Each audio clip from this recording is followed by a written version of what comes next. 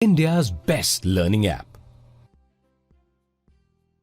Hello and welcome to this classes of science. बच्चों, CBSE junction के इस online platform पर मैं मनीष रवन आप सबों का फिर से स्वागत करता हूं। हम लोग क्लास 10th के साइंस को पढ़ रहे थे और क्लास 10th के साइंस में फिजिक्स में ये चैप्टर हम लोग आज करेंगे, second chapter of optics, that is human eye and colourful world. बच्चों, one of the most interesting topic for your 10th board exams, पहली बात। दूसरी बात, बच्चों हमको पता है हमारे पूरे बॉडी में हमारा जो आई है ना, हमारा जो आंख है, वो सबसे ज़्यादा वैल्यूबल और सबसे ज़्यादा सेंसिटिव ऑर्गन्स में से एक है। कहने का मतलब यही एक वो ऑर्गन है जो आपके आसपास के इतने खूबसूरत दुनिया को आपको उसको देखने योग्य बनाता है। साथ ही साथ हमारे आसपास में जो कलरफुल वर्ल्ड है, इतना ज़्यादा कलर्स हैं, उन सारे कलर्स को देखने के काबिल बनाता है हमारा आँख। तो आइए इस चैप्टर में हम लोग बहुत डिटेल से पढ़ते हैं हमारा आँख कैसे काम करता है, वर्किंग फंक्शन ऑफ आवर आई, इसमें क्या क्या तरह के डिफेक्टिव्स आ सकती हैं, आपको कैसे इसको प्रोटेक्ट करना है, एंड इन लास्ट कि कहाँ हम लोग अपने आई को यूज कर सकते हैं, डोनेट करने के बाद कैसे उसका काम होता है। इन सारे चीजों को मैं आज आपको बहुत डिटेल से पढ़ाऊंगा। फटाफट वीडियो को पॉज करिए, कॉपी किताब निकालकर सामने बैठिए और हेडिंग लगाइए the human eye and colourful world. बच्चों, आपके सामने हेडिंग भी दिख रहा होगा और नीचे एक आई भी बना हुआ दिख रहा होगा। ये हमारा आंख है जो हमको दिखता है, लेकिन अगर हम उसको डायग्राम के रूप में रिप्रेजेंट करें तो वो कुछ इस तरीके से दिखाई देगा। ये बच्चों आपको दिखाई देगा इस तरीके से जब हम उसको डायग्राम के रूप में रिप्रेजेंट करेंगे तब। आइए थोड़ा सा और डिटेल से देखते हैं क्या क्या चीज़ें इसमें हैं। ये बच्चों हमारा एक आंख है जिसमें ये वाला जो पोर्शन है जिसको मैं भी कलर कर रहा हूँ ना, यही है लेंस। क्या है ये? लेंस है बच्चों। ये मसल्स का बना हुआ मस्कुलर लेंस होता है जहां से होकर के लाइट आपके आंख के अंदर में प्रवेश करता है। तो सबसे पहली बात, इस लेंस को होल्ड किए हुए एक स्ट्रक्चर है जिसको हम लोग क्या बोलते हैं? Ciliary muscles. यही सिलियरी मसल्स होते हैं जो इस लेंस को होल्ड करते हैं। और फिर ध्यान दीजिएगा आप यहाँ पर, ये दोनों ऊपर और नीचे का जो पोर्शन होगा हम लोग इसको क्या बोलेंगे? Ciliary muscles. मतलब यहाँ लेंस को छोड़ करके बाकी जो पोर्शन है वो कहलाएगा सिलियरी मसल्स। उसके बाद बच्चों देखो, तुम्हारे लेंस और ये सबसे जो पहला ऊपर का परत है ना, ये होता है हमारा रेटिना। क्या बोलते हैं इसको? रेटिना। इसी रेटिना पे कुछ कुछ ऐसी जगह होती है जहां पर ऑप्टिक नर्व्स जुड़े हुए रहते हैं, वहां आपका इमेज नहीं बन पाता है, हम उसको बोलते हैं ब्लाइंड स्पॉट। ऑप्टिक नर्व्स होते हैं जो आई से लेकर के डिजिटल सिग्नल को ब्रेन तक पास आउट करते हैं, हम उसको बोलते हैं ऑप्टिक नर्व्स। रेटिना वो स्क्रीन हो गया, वो लाइट सेंसिटिव स्क्रीन हुआ जिसपे आप किसी चीज को देखते हो तो उसका इमेज आपका लेंस बनाता है। स्क्लेरा बच्चों इस पूरे ही आंख के दृष्टिपटल को हम बोलते हैं। उसके बाद विट्रस ह्यूमर होता है एक, और एक एक्वस ह्यूमर होता है। आपने देखा होगा आपके आंख में हमेशा नमी रहती है, तो वो नमी किसके वजह से रहती है? विट्रस ह्यूमर के वजह से। किसको बोलते हैं विट्रस ह्यूमर? तो आपके लेंस से लेकर के रेटिना तक के बीच में जो बहुत सारे एक्वस भरे हुए रहते हैं हम उसको बोलते हैं विट्रस ह्यूमर। उसके बाद बच्चों कोरॉइड बोलते हैं हम किसको? ये हमारा रेटिना का जो अंदर का लेयर होता है ना, इसको बोलते हैं हम। फिर एक होता है कॉर्निया। हम लोग इसको एक एक करके सबको पढ़ेंगे डिटेल से, अभी मैं आपको बस एक बार ओवरव्यू दे दे रहा हूँ। उसके बाद फिर ये जो चीज़ है ना, इसी को हम लोगों ने क्या कहा? कॉर्निया। बच्चों आइरिस क्या होता है? तो ध्यान से देखो, सिलियरी मसल्स के बाद लेंस को जो ऑपरेट करता है, जो उसको एडजस्ट करता है, वो कहलाता है आइरिस। लेंस के बीच में, एकदम बीच में काला कलर का आपको दिख रहा होगा, यहाँ देखो ये चीज़, यही क्या है? प्यूपिल है। यही समझ में आ रही है बात? एक्वस ह्यूमर क्या है? तो आंख से लेकर के रेटिना से पहले जितने भी लिक्विड्स भरे पड़े हैं जो कि आंसू के फॉर्म में बाहर आते हैं वो होते हैं एक्वस ह्यूमर। ठीक है ना बच्चों? और ये हमारा क्रिस्टलाइन लेंस हो गया। तो बेसिकली ये एक रफ आइडिया था आंख के बारे में कि आंख का डायग्राम होता कैसे है। इन्हीं सारी चीज़ों को हम लोग एक बार फिर से बढ़िया से पढ़ेंगे। सबसे पहले हम लोग हेडिंग लगाते हैं क्या? ह्यूमन आई। पढ़ते हैं हम ह्यूमन आई को। बच्चों ह्यूमन आई को पढ़ते समय इसके बहुत सारे पार्ट्स को हम एक एक करके पढ़ेंगे अभी, जिसमें हमारा सबसे पहला बात आप लिखिए ह्यूमन आई के अंदर में, लिखिए human I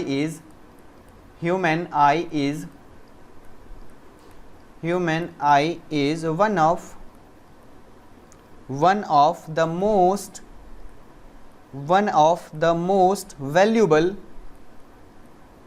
valuable and sensitive sense organ। क्या मतलब हुआ इसका बच्चों? Human eye is one of the most valuable and sensitive sense organs. हमारे जितने भी सेंस ऑर्गन्स हैं उसमें से हमारा जो आई है ना वो सबसे ज़्यादा वैल्यूबल होता है। समझ में आ रही है बात? दूसरी बात, इसके बारे में एक और बात लिखिए, it enable us to see the wonderful world and the colours around us. इस खूबसूरत दुनिया और साथ साथ में इस खूबसूरत दुनिया में जो बहुत सारे कलर्स हैं ना, उन सबको देखने के योग्य बनाता है। अगली बात लिखिए, the human I works like a camera. ये भी एक कैमरे के जैसा वर्क करता है, जिसके अंदर एक लेंस होता है और रेटिना के जैसा एक स्क्रीन होता है। आपको ये बात ध्यान देना है। नेक्स्ट बच्चों, एक और बात लिखिए, अब हेडिंग लगाइए आप, रेटिना।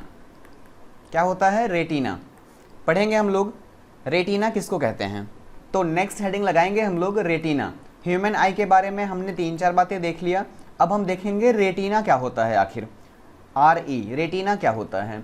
देखो ध्यान से, एक बात लिखो इसके अंदर में, लिखिए इसके अंदर में, it's lens system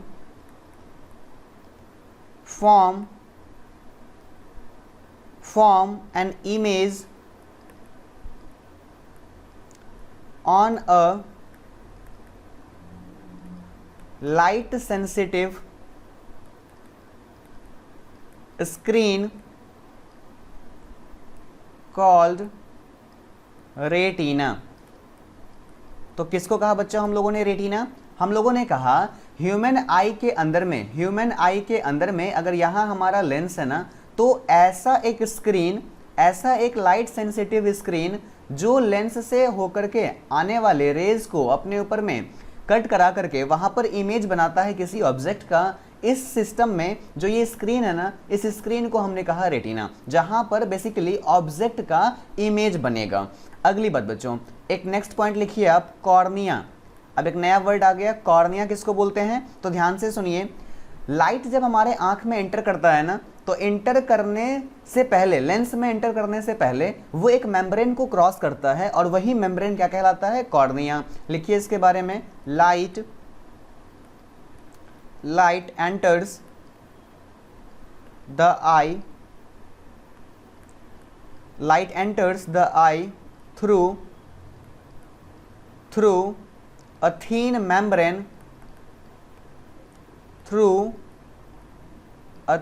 membrane called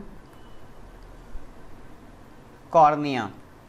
आँख जो ये हमारा लेंस है ना, इस लेंस में लाइट के आने से पहले एक अलग सरफेस को उसको क्रॉस करना पड़ता है, एक ट्रांसपेरेंट थीन मेम्ब्रेन को क्रॉस करना पड़ता है, और हम उसी को क्या बोलते हैं? कॉर्निया बोलते हैं। आई होप आपको इतनी बातें समझ में आ गई। चलिए उसके बाद नेक्स्ट लिखिए, eye ball.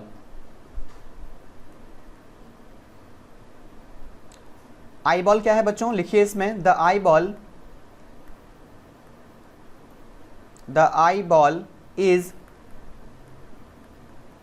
approximately spherical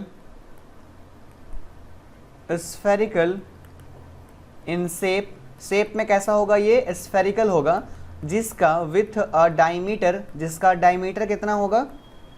diameter of approximate 2.3 centimetre, of about 2.3 centimetre. मतलब ये जो पूरा आई बॉल है ना, हमारा आंख का पूरा जो बॉल है ना, ये लगभग एक स्फेयर जैसा होगा, जिसमें इसका डायमीटर कितना होता है? तो 2.3 सेंटीमीटर के आसपास। याद रखिएगा बच्चों।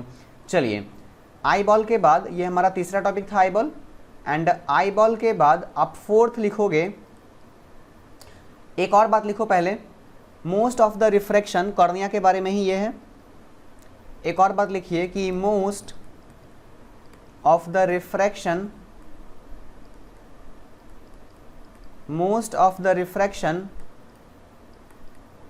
for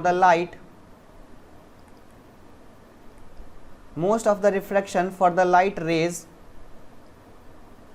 entering the eye occurs at the outer surface of cornea। क्या हुआ इसका मतलब, हमने अभी पढ़ा ना, यहां अगर हमारा लेंस है तो उससे पहले क्या होता है, कॉर्निया होता है। जितना भी लाइट एंटर करता है ना, वो मैक्सिमम पहले कॉर्निया से क्या होता है, रिफ्रैक्ट होता है, और उसके बाद हमारे लेंस पे जाता है। ये बात आपको याद रखना है। चलिए उसके बाद लिखिए फटाफट, हेडिंग लगाइए प्यूपिल। देखो प्यूपिल क्या होता है, लिखो प्यूपिल के बारे में लिखिए कि the प्यूपिल regulates and controls the amount of light entering the eye। इसका क्या मतलब हुआ, आपने देखा होगा ना कि जब हम लोग घर में रहते हैं अचानक से बाहर जाते हैं तो प्यूपिल हमारा छोटा हो जाता है, क्योंकि बाहर लाइट बहुत ज़्यादा है। जब हम बाहर से घर में आते हैं तो प्यूपिल बहुत बड़ा हो जाता है ना। तो प्यूपिल अपने साइज को घटा करके बढ़ा करके लाइट के अमाउंट को कंट्रोल करता है कि how much light should come into your eyes, है ना। ये बात कौन डिसाइड करता है, प्यूपिल। प्यूपिल के बाद अगली बात लिखिए आइरिस। प्यूपिल के बाद हम लोग किसको पढ़ेंगे, आइरिस को पढ़ेंगे। तो देखिए आइरिस क्या होता है हमारा, लिखो इसके बारे में कि iris is a dark muscular, the iris is a dark muscular diagram that controls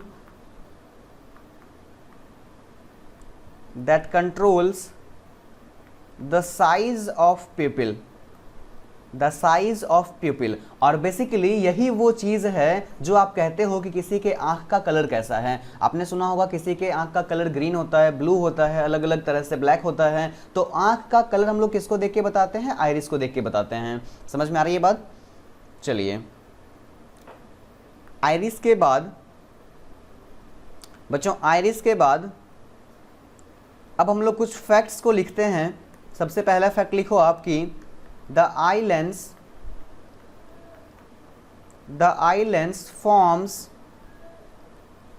forms an inverted and real image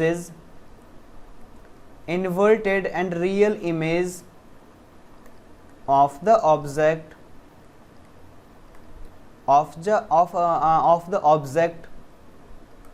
on the retina।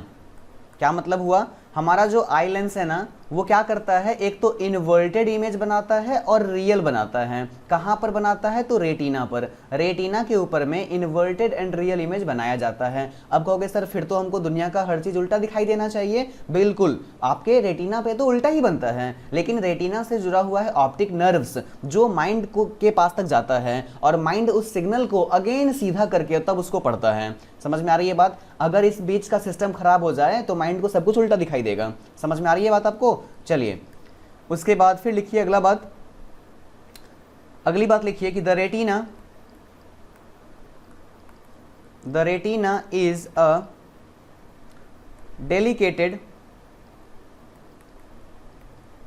डेलिकेटेड membrane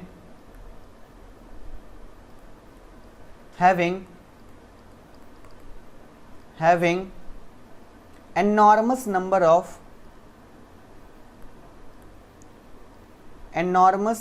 of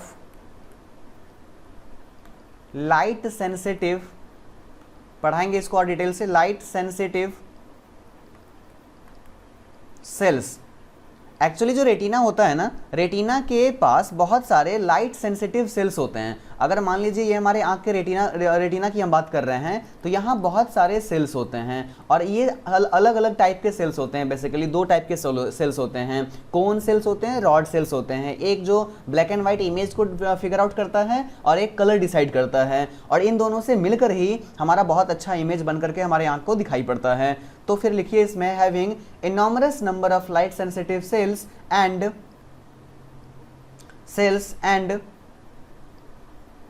the light sensitive cells and these light sensitive cells get activated when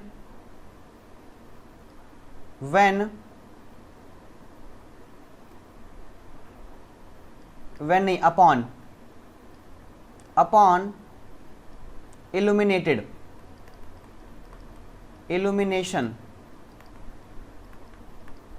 जब इस पे light पड़ता है ना, इस light sensitive sales पे जब light पड़ता है तो ये इल्यूमिनेट हो जाते हैं। कैसे हो जाते हैं? ये चमकने लगते हैं, इल्यूमिनेट हो जाते हैं। और फिर यहां से एंड जनरेट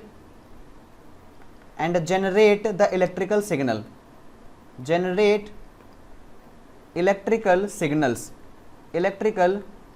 सिग्नल्स। समझ में आ रही है बच्चों कैसे काम होता है?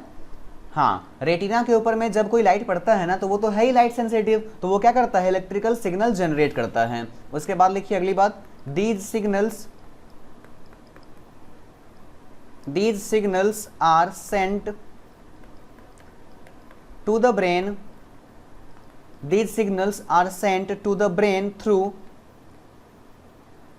through optic nerves and the brain processed it। है ना? क्या होगा? जब वो सिग्नल ब्रेन को मिलेगा तो फिर ब्रेन उसको प्रोसेस करेगा। फटाफट से लिखिए इसको। एक बात और लिखिए इसमें, द सिलियरी मसल्स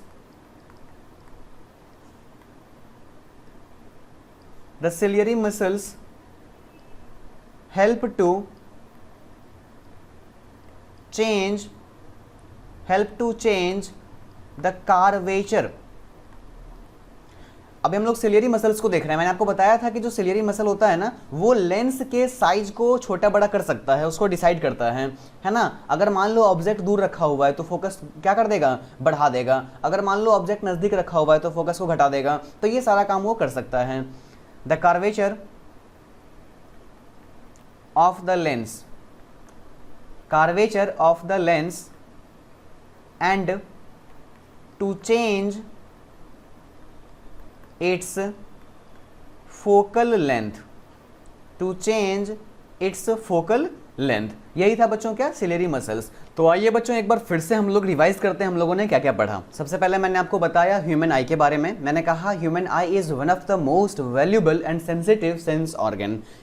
सहमत हो आप? दूसरी बात मैंने कहा it enable us to see the wonderful world and the colours around us. हमारे आसपास के इस वंडरफुल वर्ल्ड को और साथ में सारे कलर्स को हमको देखने के काबिल बनाता है। फिर मैंने कहा कि the human I work like a camera, ये एक कैमरा के जैसा बिहेव करता है। फिर हमने एक एक करके पढ़ना शुरू किया। तो सबसे पहले मैंने आपको बताया रेटिना के बारे में। रेटिना क्या होता है? ये एक सिस्टम है जहां पर लाइट सेंसिटिव बहुत सारे सेल्स पाए जाते हैं और लाइट सेंसिटिव स्क्रीन पे जब कोई लाइट फॉल करता है तो वो वहां पर एक इलेक्ट्रिकल सिग्नल जनरेट करता है, इमेज बनाता है, जिसको हमारा माइंड बाद में प्रोसेस करके रीड करता है।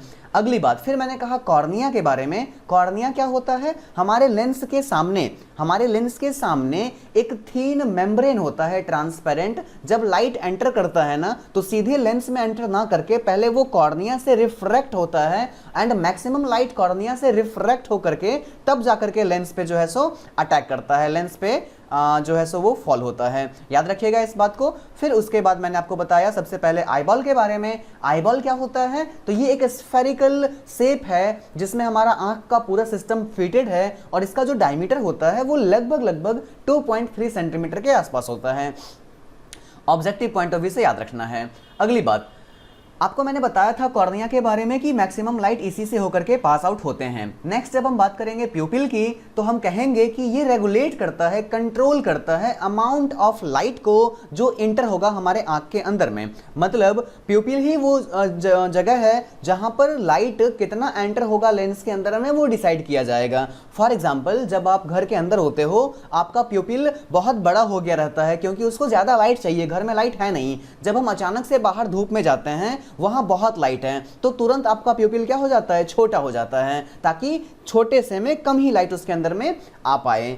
अगली बात बच्चों, उसके बाद हमने पढ़ा आइरिस के बारे में। आइरिस क्या है, जो प्यूपिल के साइज को कंट्रोल करता है, प्यूपिल को बड़ा होने देता है या छोटा कर देता है, वो कौन डिसाइड करेगा, आइरिस। दूसरी बात मैंने आपको बताई आइरिस के बारे में कि यही डिसाइड करता है कि आपके आंख का कलर कैसा होगा, ठीक है ना बच्चों।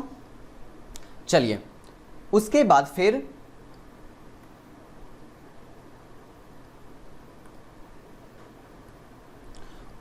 फिर हमने कुछ अलग अलग फैक्ट्स को देखा कि कैसे आई लेंस के अंदर में इमेज बनता है। तो हमने सुना कि आई लेंस के अंदर में इन्वर्टेड और रियल इमेज बनता है। कैसा, इन्वर्टेड और रियल इमेज बनता है। देखो बच्चों, एक कन्वेक्स लेंस होता है हमारे आंख के अंदर में, और हमने पढ़ा हुआ है कि कन्वेक्स लेंस में मोस्ट ऑफ द केसेस में हमेशा रियल इन्वर्टेड इमेज बनता है, तो वही यहां भी होगा। अच्छा, इमेज जब बनेगा तो उसके लिए there must be a screen. तो हमारे आंख में ऐसा कौन सा स्क्रीन है, तो आप कहोगे सर अभी तो आपने बताया रेटिना। रेटिना ही एज अ स्क्रीन काम करता है हमारे आंख के लेंस के लिए।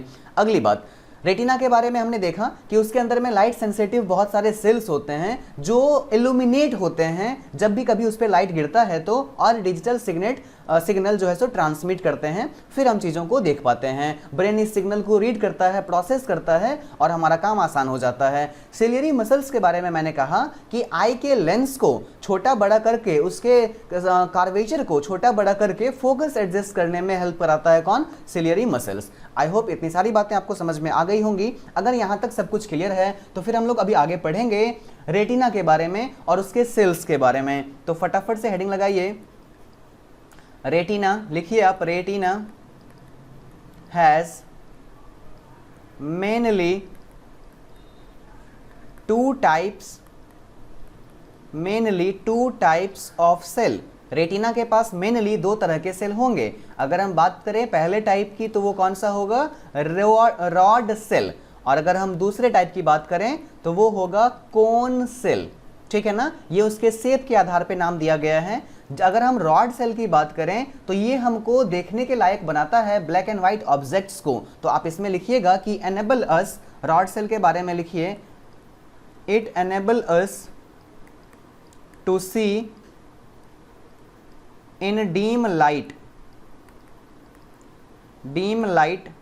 या फिर आप कह लो कि ब्लैक एंड व्हाइट विजन।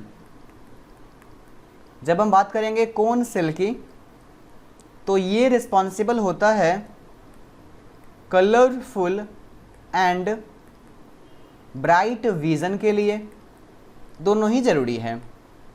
चलिए, जहां पर इन दोनों में से कोई भी सेल नहीं प्रेजेंट होंगे वहां हमें चीजें दिखाई नहीं देंगी।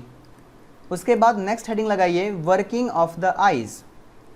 बेसिकली मैंने अभी आपको ये बताया भी है वर्किंग ऑफ द आईज की, आई काम कैसे करता है। एक बार मैं फिर से आपको बता दे रहा हूँ, लिखवाऊंगा नहीं, ये खुद आपसे लिख लेना, आप खुद इससे लिख लेना। एक बात देखो, वर्किंग ऑफ आईज कैसे काम करता है, ध्यान से सुनिए। हमारा जो ये आंख है ना, हमारा जो आंख है, सबसे पहले तो लाइट उसमें एंटर करेगा। एंटर करने के बाद रेटिना पे उसका इमेज बनेगा, और रेटिना पे जहाँ पर इमेज बनेगा वहाँ पर ऑप्टिक नर्व्स जो है सो उस सिग्नल को ब्रेन तक ट्रांसमिट करेंगे, और फिर ब्रेन उसको प्रोसेस करके याद करेगा कि हाँ ये सरवन सर हैं, ये बायो वाले सर हैं। इस तरीके से तुम देख पा रहे हो ना। तो होता क्या है, बेसिकली लाइट सबसे पहले एंटर करता है हमारे आंख में। एंटर करने के लिए उसको पहले कॉर्निया से होकर के गुजरना पड़ता है। कॉर्निया पर वो रिफ्रैक्ट होता है, फिर हमारे आंख के लेंस पे जाता है, लेंस से फिर रिफ्रैक्ट होता है, और दो रिफ्रैक्टेड रे एक दूसरे को रेटिना पे कट करते हैं, तो वहां रियल और इन्वर्टेड इमेज बनता है। फिर उस इमेज को प्रोसेस किया जाता है ब्रेन के सिग्नल्स के द्वारा, और फिर हम लोग चीजों को देख पाते हैं। यही था हमारा क्या, working of I. Second heading लगाओ, इसको आप खुद से बढ़िया से लिख के रखोगे। सेकेंड हेडिंग लगाओ, power of accommodation of eye. लिखो, पावर ऑफ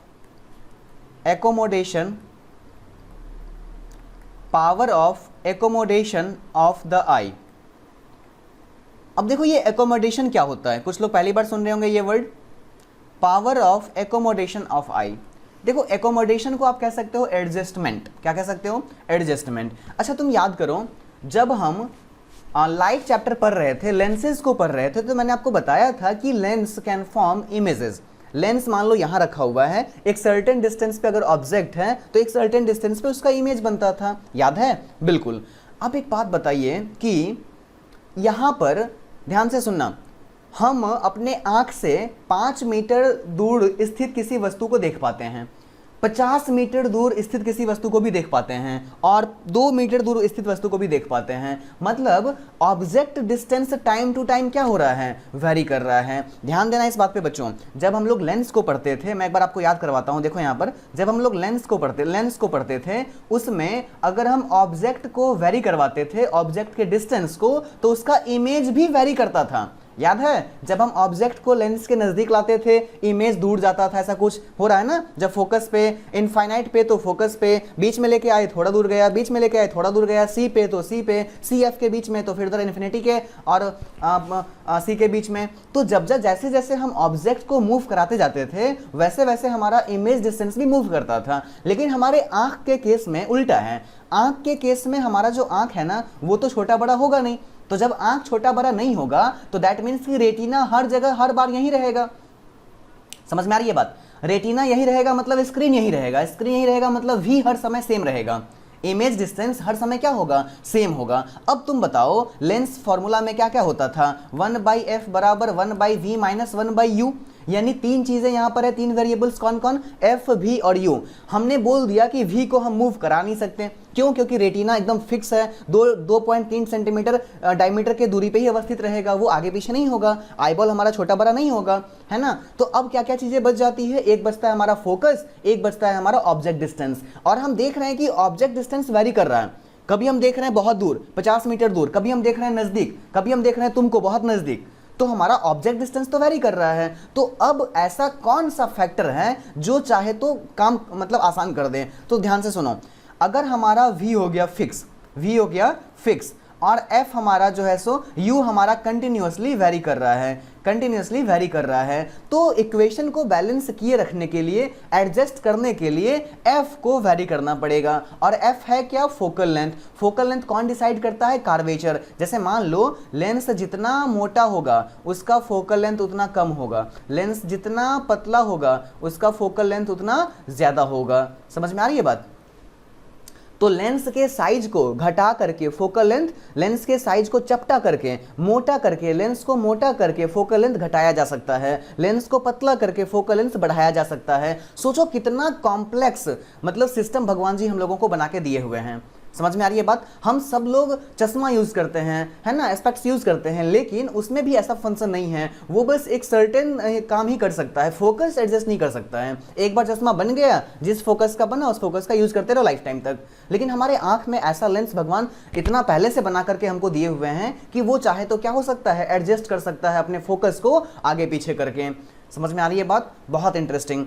चलिए ठीक है फिर, तो ये था हमारा क्या, पावर ऑफ एकोमोडेशन। तो किसको बोलते हैं पावर ऑफ एकोमोडेशन? इसको बढ़िया से लिख लीजिए आप पहले, ऐसे में तो कहानी सुन लियो हो भूल जाओगे। लिखो इसके पावर ऑफ एकोमोडेशन को, लिखिए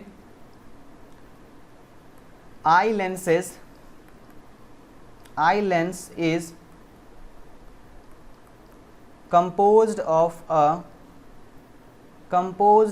a jelly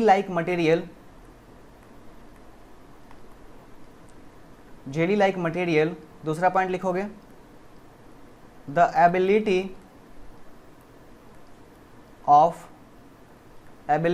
of the eye lens to see both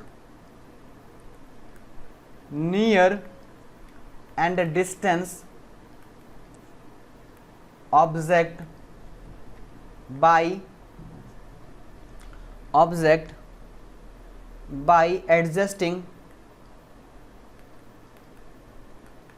its focus, adjusting its focal length is called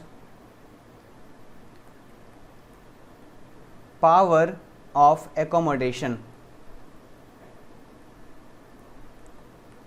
power of accommodation of eye, इसी को क्या बोलते हैं, power of accommodation of eye. ध्यान दीजिएगा, लिखिए उसके बाद उसमें the curvature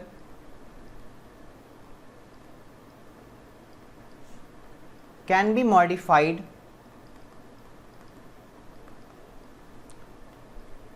to some extent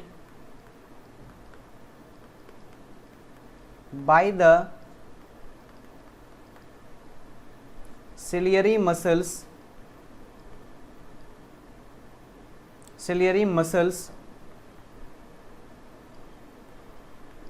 the change in curvature